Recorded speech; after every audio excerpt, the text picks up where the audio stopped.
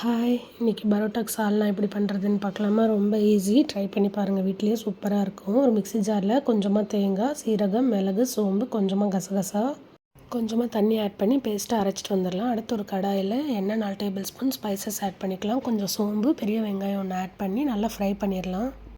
2 பச்சை மிளகா, கொஞ்சமாக கருவேப்பிலை ஆட் பண்ணிக்கலாம். கொஞ்சம் ஃப்ரை ஆனதும் இஞ்சி பூண்டு பேஸ்ட் 1 டேபிள் ஸ்பூன் அளவுக்கு ஆட் பண்ணிக்கலாம்.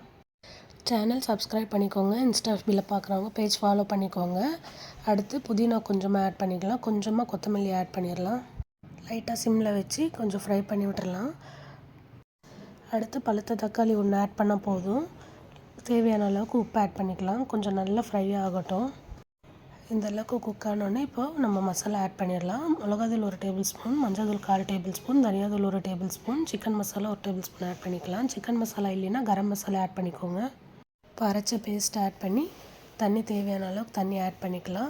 சிம்லேயே வச்சு ஒரு 5 நிமிஷம் நல்லா கொதிக்கட்டும். அவ்வளோதாங்க, சிம்பிள் சால்னா. ட்ரை பண்ணி பாருங்கள். எப்படி இருக்குன்ட்டு மறக்காமல் கமெண்ட் பண்ணுங்கள். சேனல் சப்ஸ்கிரைப் பண்ணிக்கோங்க. பாய்.